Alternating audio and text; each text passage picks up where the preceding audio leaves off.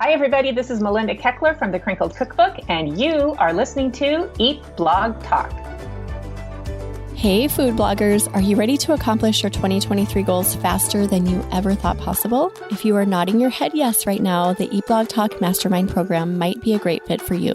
We are now accepting applications for 2023, and I will let you in on a little secret. If you sign up before the end of November 2022, you can lock in at the current pricing. Go to eatblogtalk.com/mastermind for more information and to apply. Here is a current member, Barbara, from butterandbaggage.com, talking about why the investment is so worthwhile. If you're really committed to making this a business, you've got to invest in yourself. And I think this is the best way to invest in yourself. It's hard to put a value on what you're getting, but in this type of business, just having the resource of these people that can give you advice and can help you along that journey is, I just think, more valuable than any other investment you can make. Hey, food bloggers. Welcome to Eat Blog Talk, the podcast for food bloggers looking for the value and confidence that will move the needle forward in their businesses. This episode is sponsored by RankIQ. I am your host, Megan Porta, and you are listening to episode number 353. Today, I have Melinda Keckler with me. She is going to talk to us about how to establish your blog's brand identity. Melinda is the recipe developer, content creator, photographer, and founder of the food blog Crickled Cookbook.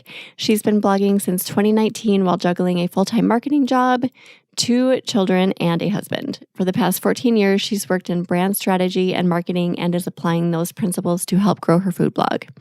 She considers herself an early riser, but a late bloomer. Melinda is always looking for ways to reinvent herself, and she's eager to share her expertise. Hi, Melinda. I'm so happy to have you here. How are you today? Hi, Megan. I'm doing great. Thank you. And let me just say I am a big fan of this podcast, and the pleasure is really mine to be here. I'm just delighted. Oh, I love hearing that. Thank you so much for listening. And yeah, let's get into your topic. But before we do that, we want to hear what your fun fact is. Oh, okay. So back in my early 20s, I did a study abroad in France, and it was for a summer, and it was very specific. It was strategic. I wanted to become fluent in French. I'd taken French in high school and a couple of years in college, and I thought, this is what I need to immerse myself in a French environment, all French speaking, so that I can become perfectly fluent. Oh my gosh. And are you fluent? So here's where it's a fun fact.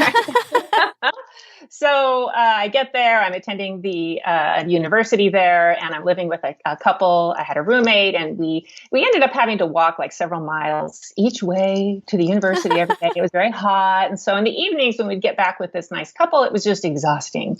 And I found myself not leaning into the French and more leaning into the English because they were very curious to embrace a new language themselves. So anyway, somewhere in the south of France today, there is a family speaking near perfect English, thanks to my study abroad. It didn't work out quite the way I thought. Oh, that's like the story of life, I feel like. You go into something with one expectation or desired outcome, and something completely different comes out of it. But hey, you helped some people, right? I love that that's how we're looking at it, yes. They were awesome. So all good, yes. It was a long time ago. And that had to be extremely scary to just immerse yourself in a different part of the world. And yeah, that's very brave. For sure. Well, it is. You grow from these experiences, and we learn a lot about ourselves when you've realized you can't communicate with ease because living in a space and, coming and going in and out of restaurants and businesses where no one speaks your native language, that is hard. We take that for granted, I think so too. Much. Just the fact that we can communicate anytime we want to with anyone around us. Yeah. So true. Oh, thank you so much for sharing that. I love it. So I alluded to this a little bit in your bio that I read through, but you have experience in marketing. So can you tell us just a little bit about why you are interested in this whole concept of identifying a brand and how you've come to marry this with your blog or blogging, I guess? Thank you. Well, marketing and brand strategy is something that we should all be mindful about. My day job is I'm a director of marketing. I interact with a couple thousand employees at my place of employment. We talk brand strategy all the time. I've got, a good sized team. There's a lot that we do to influence the brand of the organization where I work. And as I started food blogging, I realized, all of these same principles can certainly apply to food blogging. And, the nice thing about marketing strategy and brand identity is a lot of this stuff, it's really just a shift in mindset for us. It's not a heavy lift in terms of what we have to understand from a technical perspective. It really is a shift in mindset. And so this is something, do as I say, not as I do, right? I'm working hard to apply all of these things to my blog as well. My blog is still fairly young. I'm growing, but this, brand strategy and brand identity and building your brand identity, that is not something that you can see in a 24-hour cycle in your Google Analytics. It takes time. And we talk about that a lot as food bloggers, but I really was excited to have this opportunity to share some of the insights that I have gleaned in these 14 years and share them with everybody, because this will impact how the needle moves. I wanted to ask you really quick about you mentioned shifting your mindset. And if you listen to eBlog Talk, which I know you do, I'm big on mindset and just making those little shifts. So how do we shift our mindset to align with what you're talking about? So first and foremost, I'd like to do a little myth busting. And this is how we shift our mindset, right? So first of all, your brand is not your logo or your font style. Now, both of those things are a big part of our graphic identity for our brands. And as our blogs grow, those visual things are cues that tell our readers, yes, okay, I've come to the right place. That is that familiar look and feel that I know represents this particular food blog. Consistency with those visual cues is really, really important. But our logo and our font, those are things that absolutely no one cares about except for us, because they are not the brand. And to help kind of settle this for just a second, I'd like to use an analogy and kind of step outside of our food blogging world. So think of your very favorite restaurant and why you like it and why you would recommend it to someone. So it's probably because the food is delicious. The service is great. The ambiance feels so good. The location is nice. Maybe you have great memories there. They're the reason why you recommend that restaurant and you enjoy eating there. The reason why you would recommend that restaurant, that's brand. I've never heard someone say, Melinda, you've got to try this new restaurant. And if I say, well, why? The font on the menu is so cute and the logo on the door. So those are cues, and it's obviously important for fonts to be legible, and it's important that the logo be consistent and be pleasant to look at. But that's not your brand. And as painful as it is for us to think about, we really don't own our brands. Brand lives within the experience that our readers have as they prepare our recipes and hopefully enjoy the outcome. We don't own our brand, but we can influence it. And there are things we can do, easy things, to influence and build our brand identity and brand affinity, which is really important. Oh my gosh, that was all so well said. I was taking notes like crazy. You said so many gems. Brand lives in the experiences our readers have. Wow. And I love your analogy of just being in a restaurant. And that makes so much sense to me. I don't care about what's on the menu. I do often complain about the way menus look. Do you not? I think we can all relate to that. Like, what are they thinking? But that's not why you love a restaurant. It's more about the feel, like how the people make you feel, the vibe, the food, like all of it coming together, right? So it's not like one or two elements. It's like a bunch of elements coming together. Exactly. It all lives in the mind of our audience, and that's what I love about food blogging. When you think about the opportunity for brand building and establishing brand affinity with our audience and our readers, what could be a more communal, engaging experience than preparing food for someone? And that's what we are helping people find success with. So I think the opportunity for brand building and brand affinity is just limitless in food blogging. Oh my gosh. Amazing. So can you tell me what the difference is between the words brand and marketing? Because I think we often get those two confused, like they kind of meld together. They sure do. Right. Well, marketing is meant to get people to do something. And it's people often think, well, marketing is advertising. Advertising is marketing. And actually advertising, paid advertising, that lives under the umbrella of marketing. Marketing is engagement that is message driven, audience driven. It's designed to prompt a response. The brand is the way people feel once they've engaged with our content. So marketing exists to get people to do something. And in marketing lingo, it's often called a conversion. And depending on the platform that we're posting our content to, that conversion can be different. I mean, sometimes all we really want people to do is to come to our websites. That's the mothership of all conversions for us food bloggers, right? We want sessions, we want page views, we want people to come to our website.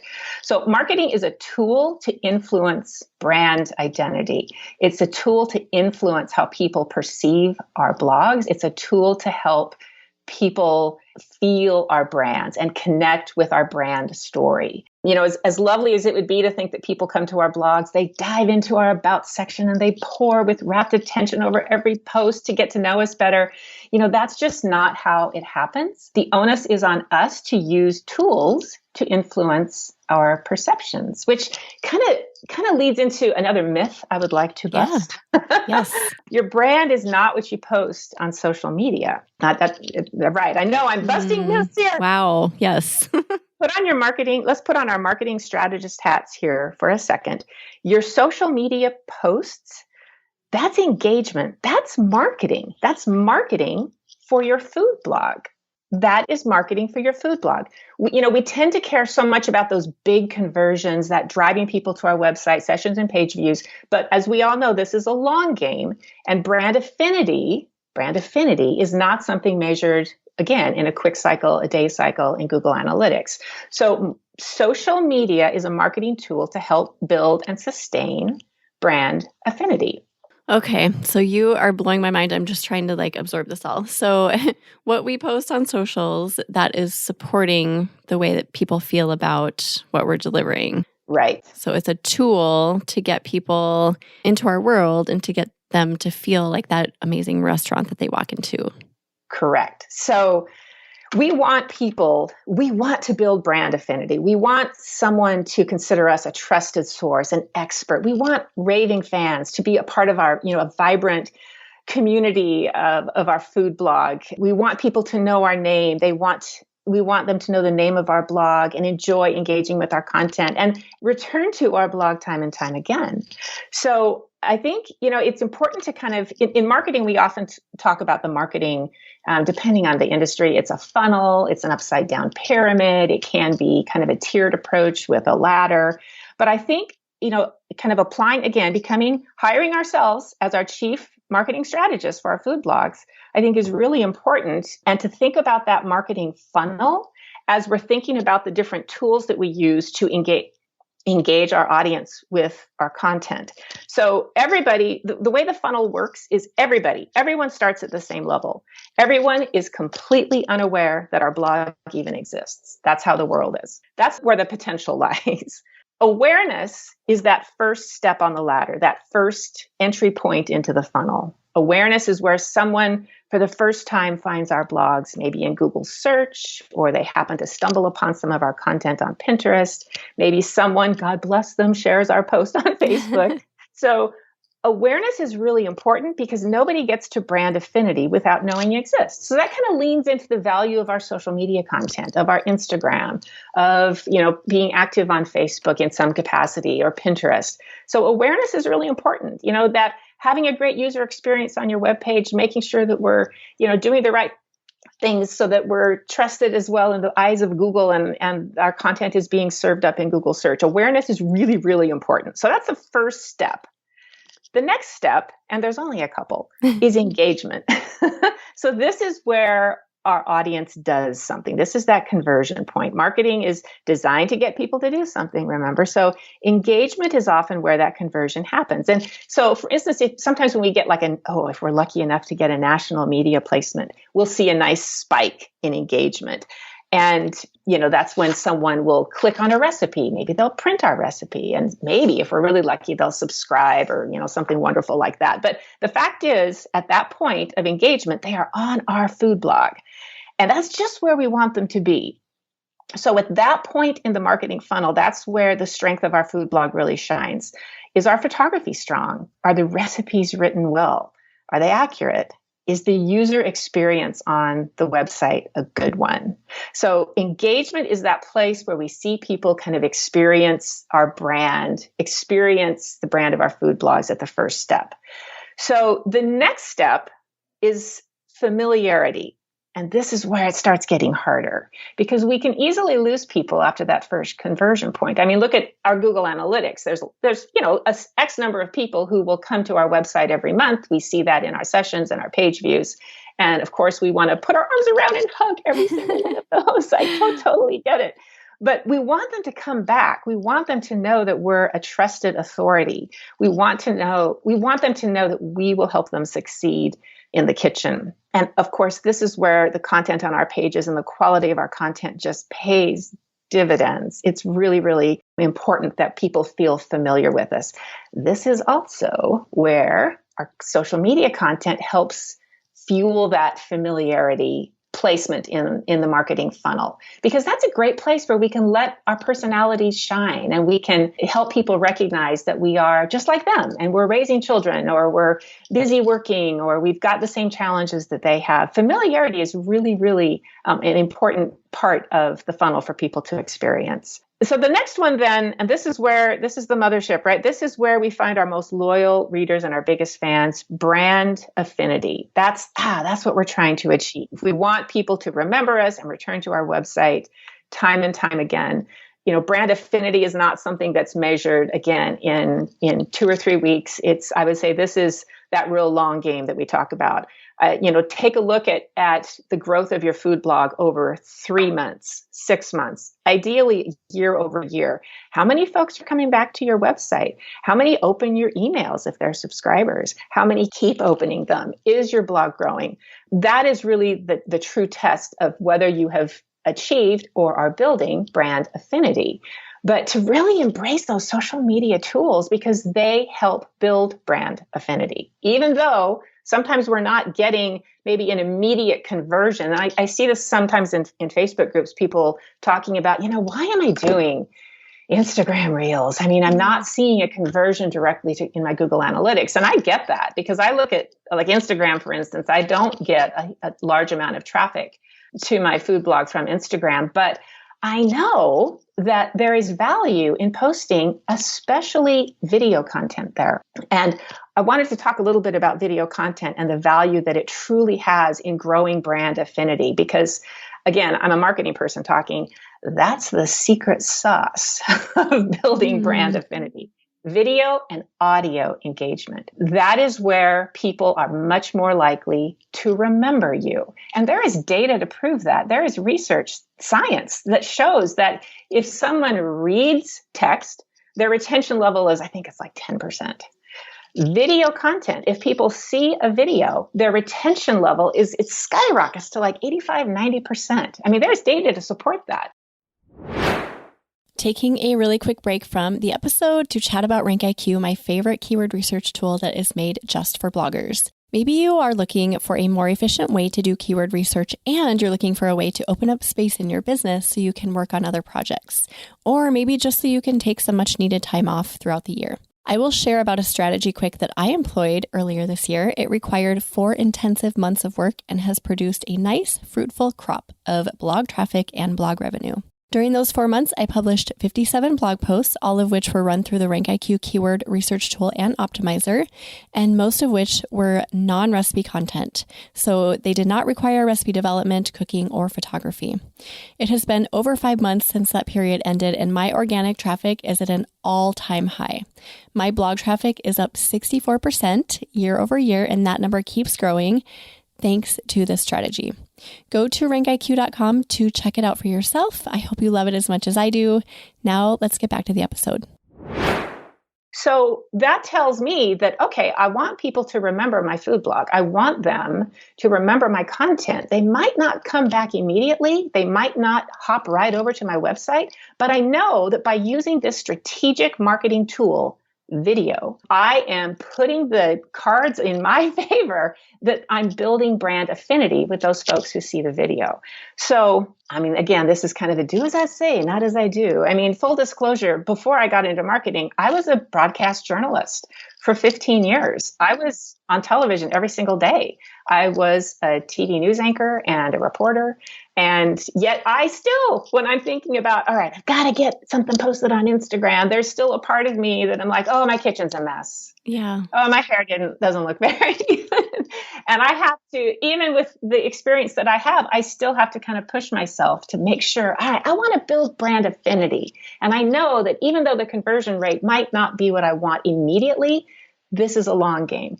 And so I am personally making a commitment to myself and my food blog to really commit myself to video and to do something at least once a week that I know is visually strong. It's a video. It might be kind of silly. That's okay. My kitchen might be a little messy. That's okay. Again, we're looking to build brand affinity, and video is one of those ways that we can certainly do it. The data doesn't lie. Oh my gosh, that was so good. And you put words to something that's been on my mind lately, because there's not a direct link to a lot of things that we do to results, right? So why am I doing TikTok again? There's not a direct result. Or like you said, why are we doing Instagram Reels? There's not something that we can directly tie that to. But there's more deep down. I can feel I am all about the long game, and I can feel that it ties into the long game. And you just put words to exactly why. So thank you. I think you just showed up in my life to explain exactly what I've been trying to put words to. Thank you, Melinda. Oh, I love that. And thank you. That was described so well, and I really appreciate that. I think this is going to help clarify a lot of things for food bloggers and just give them permission to do those things without seeing a result tomorrow or next week. We just have to put in that work. You mentioned video work, and audio I've been a huge proponent of for a while, because I think, tell me what you think, but audio is almost as powerful as video in building that, as you call it, brand affinity, because people love hearing your voice, right? Do you agree with that? 100%. Yes. I think that audio has tremendous value in helping people get to know you and build an emotional connection with you. There is absolutely no doubt. I think it's one of those magical tools that we have at our disposal. And that's what's so amazing. We don't have to go hire someone to do this work for us and write big checks. This is stuff we can do.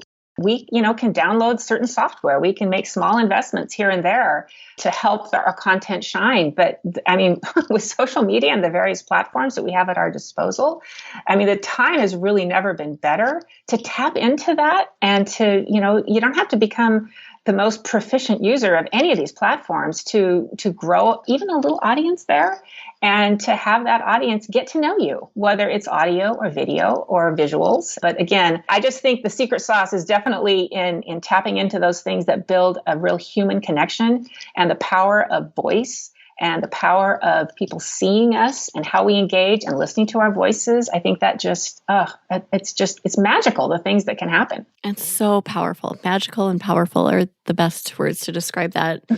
So I was trying to think, as you were talking through the steps of ways to go from familiarity to brand affinity, and you covered some of those, just tapping into the human voice, also just consistency, figuring out what you need to do and then doing it over and over and over and seeing it as a long game.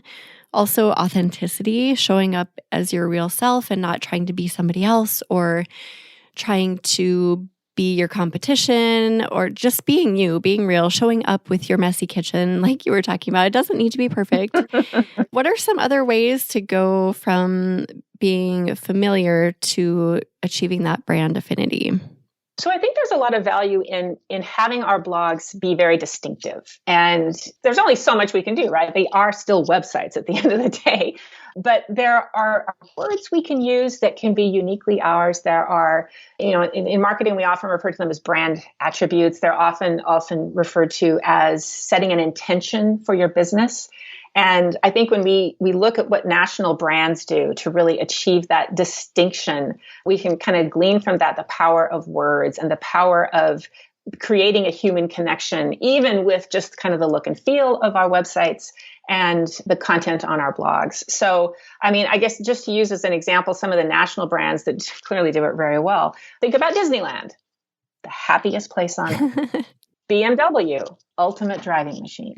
Nike, just do it. And these are intentions that are woven through all of their marketing, all of their advertising, their products. I mean, those are powerful words that were chosen with great care to help build and sustain brand affinity. And so I would encourage people to look at their food blogs. I know I do this too. I mean, it's not just about having a list of 4 words and kind of weaving those into all of our content, although that matters, but to really tap into what is the personality of our blog? What do we want to say first and foremost when people talk about our blogs with their friends? Or if they prepare a recipe from our food blogs and it turns out really great, and hopefully that's always the case, and they're getting compliments on the food, we want people to say, I got that recipe from Pip and Ebby. Megan is really an awesome food blogger. Yes. We don't want people to say, oh, I don't know, I got it off the internet. Right. Or I don't know, I got it off some food blog. And so the more we can really build in kind of that structure that makes it easy for people to recall and remember who we are and why we exist in the food blogging space, I think that's really, really powerful. So, think about the national brands and what they do. Again, national brands spend millions of dollars every year on marketing strategy and building brand affinity. So I think we owe it to ourselves to spend a little time and to look at a lot of what we're doing anyway through a little different lens and hire ourselves as the chief marketing strategist. I think we will be pretty pleased with the outcome. Great advice. I often think to look to people who have already done it and who are spending millions just as a way to what am I not doing? What are they doing that's working? And what can I learn from that, basically? So I think that is really good advice. How can we take ourselves through the process of kind of assessing where we're at and maybe making improvements? So again, it's not something measured in a day. So I would say look back at the past 6 months of traffic to your food blog in Google Analytics, your readers. Are you seeing growth? That's a good sign. If you're not, I would say kind of lean into that subscriber list. I think that place is those folks have taken a huge step by saying, you know what, I'm going to engage with your content and I'm going to give you my email address. So take a peek at how many people are opening those emails. How many people are coming back and reopening those emails? How much traffic are you driving? How many people are coming from their email, from their inbox to your website? Keep track of that. And look for ways. If it's not growing, then that's okay, maybe I need to get a little more active in some of my social media platforms. Maybe I need to post a little more content and make sure I'm sharing that with people who might reshare it. I think there are things that we can do. There's more available to us than it might seem because it is daunting, and I get it. There are so many new things to learn. It feels like every day. Mm-hmm. But this is really just a mindset and an approach and making a commitment. And then, it's a lot of testing, seeing what works and what doesn't. I know some of the social media platforms can feel disappointing. I mean, there are times when I feel like, oh, look at those gorgeous pictures that I just posted on as a Pinterest idea pin. And it's like, it just flatlines. Mm-hmm. Other times I'll just kind of throw something together. Usually it has a little video involved and that thing will take off. I mean, there's an idea pin I have. I cannot believe the gargantuan amount of impressions that it has. It's like, holy cow. So it's really about consistency, showing up, taking a peek at those long-term analytics and the long-term engagement that you're seeing. And then, just work to change a little bit something every single day and to just fan that flame of marketing strategy. I am 100% convinced that it will pay off. And speak on the long game a bit, because I think this is such an important thing to touch on, and I feel like it's really appropriate here. I hear so much in our space, people getting frustrated and overwhelmed, and they're like, where's my success? It's been a year or 2 years. And I just feel like in the most loving way possible, just settle down a little bit. This is not a short situation. And if you think of it that way, it's only going to bring you frustration. And of course, you're never going to grow because you're going to just muddy it with frustrating thoughts. So speak on that, like just, I don't know, kicking your feet up, enjoying the journey, and seeing it as a long game. Yeah, kicking your feet up and enjoying the journey. That is so powerful and so true. I mean, even if you have $1 million budget and just for marketing or advertising, if you are a national brand, these things don't happen overnight. I mean, yeah, now and then you hear about something that goes viral and lots of national exposure. That's rare. That's rare. Yeah. So put that on a shelf and don't even look at it. But I think it's important that we just all look at our own Google Analytics and look at our own experiences as food bloggers and know that, when we're doing the right things, we will grow, but it does take time. So, are our food blogs structured in the right way? Is the user experience where we want it to be? And to get advice and counsel from good places and to, use that lens to make adjustments here and there, but to really only worry about ourselves, our own brand, and the people who come to our website, our wonderful readers. And just to think about amplifying what we can to help influence how those folks come to our website and how they perceive our content. I think that's really first and foremost. I mean, I understand completely competitors and wanting to rank higher than somebody else and all that. And I would say, while it's really important, of course, to be mindful of how your content is doing, I think it's probably more important to be mindful about how your readers are engaging with your content and how it's really impacting their lives and helping them solve a problem, answer a question, and most importantly, serve delicious food to their friends and families. This is so great. I'm loving this conversation. What a great way to start my day. Thank you so much, Melinda. Oh my goodness, this is packed with gems. What are we missing? Is there anything that we've left out of this conversation that you just want to make sure we deliver to food bloggers? Well, I want people to know that this is not hard. It's just a shift in mindset. So to look at all of the tools we have at our disposal and to embrace them, to figure out how to use them. None of us have to be photojournalists or social media experts. There are ways we can tap into the resources that are really available to us in, one quick trip to the internet, and to just really embrace that and to give it a try. And, the thing is, as food bloggers, we are the CEO, we are the CFO, and we're also the chief marketing strategist. So these decisions are ours. And, it's one more thing that we're in charge of, but it's not super, super hard. Again, it's just a shift in our mindset. All right. Well, make that simple shift and heed all of Melinda's amazing advice. And I love this message, just to kind of see it as a long game and to put in the work of, engaging, getting your audience to engage with you, getting them familiar with you, and achieving that brand affinity over time. Are people coming back? Are you getting growth? And kind of reassessing from time to time, right? How often do you recommend that we take a look back and just kind of evaluate? I'd say 3 months is a pretty fast turnaround. 6 months is feasible. I think year to year is really where you're going to get the best insight. And I know that's a long time, but I think you need to give yourself a chance, because think about our own experiences again. How long does it take us to really get a sense that some product or organization or business or another blog is having an impact on our lives? I mean, in marketing, we know it takes between 6 and 8 kind of touch points. It takes multiple exposures for someone to really understand, there's something going on over there that I think I want to buy that product, or I think I want to subscribe to that website, or I think I want to, become more engaged with that brand. So, it's never just one thing. I say this a lot in my day job when people ask, well, we have money? What should we be spending it on? I'm like, it's not just one thing. If it was one thing, we would do that one thing all day long. We have to look at it as we need multiple different ways to engage with our audience, using different platforms and